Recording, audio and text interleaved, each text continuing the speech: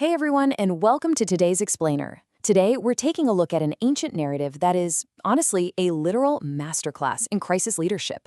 We're going back into the text of 1 Samuel to examine the story of Saul and the Ammonites. But we're not just going to read this as some dusty piece of history. Instead, we're extracting the core leadership qualities that can take a completely catastrophic, paralyzing emergency and turn it into a massive triumph of national unity. Okay, let's dive into this.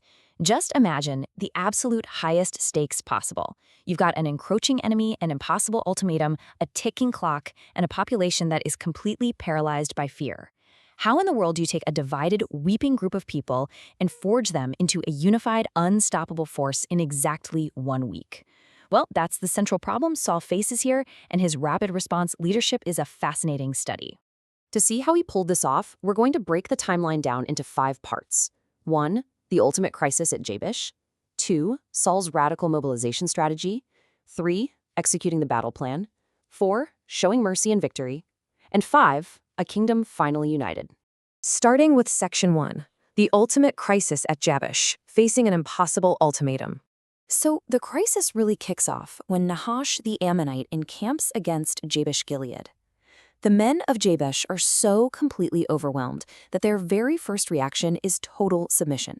They literally offer to make a covenant and just serve Nahash to survive. But listen to Nahash's brutal condition. He says he'll only make this covenant if he can thrust out all of their right eyes, laying it as a reproach upon all Israel. It's this extreme, terrifying tactic designed not just to conquer them, but to permanently humiliate and disable them. And this sets up our ticking clock. The elders of Jabesh plead for a 7-day respite so they can send messengers across the coasts of Israel. They promise that if no one comes to save them by day 7, they'll surrender to this horrific fate. Now, when these messengers finally reach Gibeah, which is where Saul lives, the reaction is just devastating. They deliver the tidings, and the text tells us that all the people simply lifted up their voices and wept. There's no grand plan here, there's no resistance, there is only communal panic. Which brings us to Section 2, Saul's radical mobilization strategy, using disruptive communication. How do you possibly break through that kind of widespread, paralyzing grief?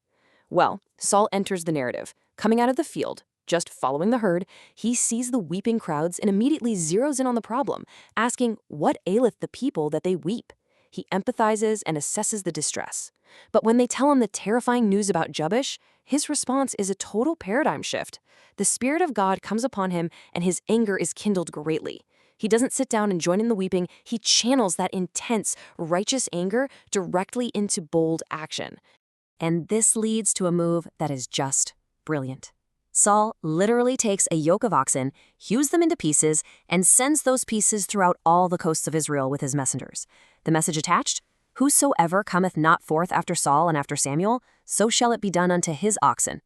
Talk about an aggressive interoffice memo, right? This wasn't some polite request for volunteers. It was a shocking, visceral wake-up call. It immediately forces the people's focus away from the terror of Nahash and onto the authority of Saul.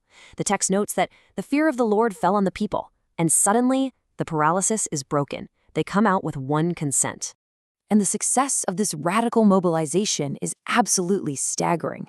Saul numbers the gathered forces in Bezek, and look at this massive turnout. 300,000 children of Israel and 30,000 men of Judah. In an incredibly short window of time, Saul's decisive leadership turned a weeping, scattered population into a unified army of 330,000. That is an unparalleled conversion rate. Moving on to Section 3, Executing the Battle Plan, Strategic Action and Relief. Rallying a giant army is phenomenal, but a true leader actually has to deliver relief. So Saul sends a message straight back to the desperate men of Jabesh Gilead with a firm, confident promise.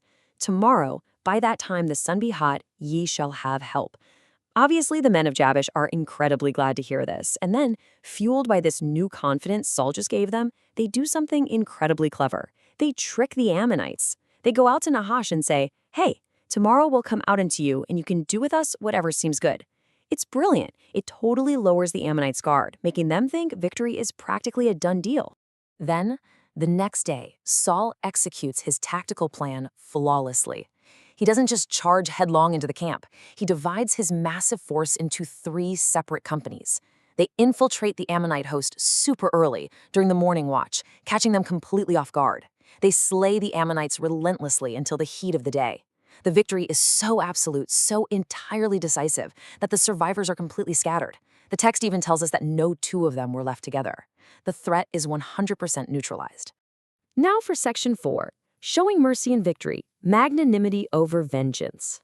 Because, how a leader handles a resounding success is often just as revealing as how they handle a crisis. Now, what's really interesting about this slide is the stark contrast in mindsets right after the battle.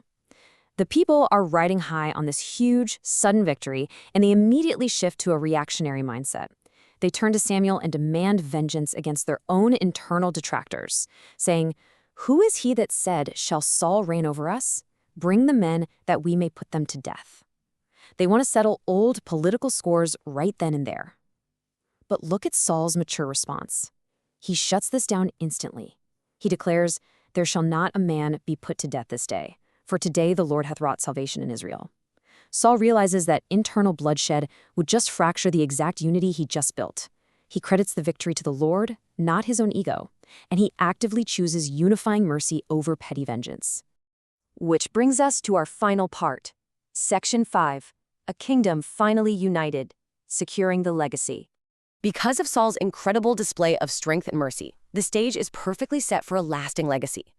Samuel recognizes this unique moment of national cohesion and says to the people, "Come and let us go to Gilgal and renew the kingdom there." So they go to Gilgal and they officially make Saul king before the Lord. They sacrifice peace offerings, and Saul and all the men of Israel rejoice greatly. Just think about that arc for a second. Literally days ago, they were weeping in pure, paralyzed terror. Now, through effective, dynamic crisis leadership, they're rejoicing together as an officially renewed, completely unified kingdom. So the crucial point is this: Saul didn't just win a fight. He exhibited a holistic set of dynamic leadership qualities. He was perceptive enough to actually ask about the people's weeping. He was bold enough to use extreme, disruptive communication to shatter their paralysis. He was highly strategic in his logistics and his military execution. And, maybe most importantly of all, he was magnanimous and merciful when he had the ultimate power to take revenge. We have just looked at how an ancient leader navigated an impossible 7-day deadline to save his people. But these principles, they're completely timeless. And it leaves us with a critical question to ask ourselves. When facing your own crises, impossibilities, and detractors, do you let the situation dictate panic and vengeance? Or do you step up, like Saul did here, leading with decisive action and ultimately unifying mercy? Think on that for a bit. Thanks so much for joining me for this explainer, and I'll catch you next time.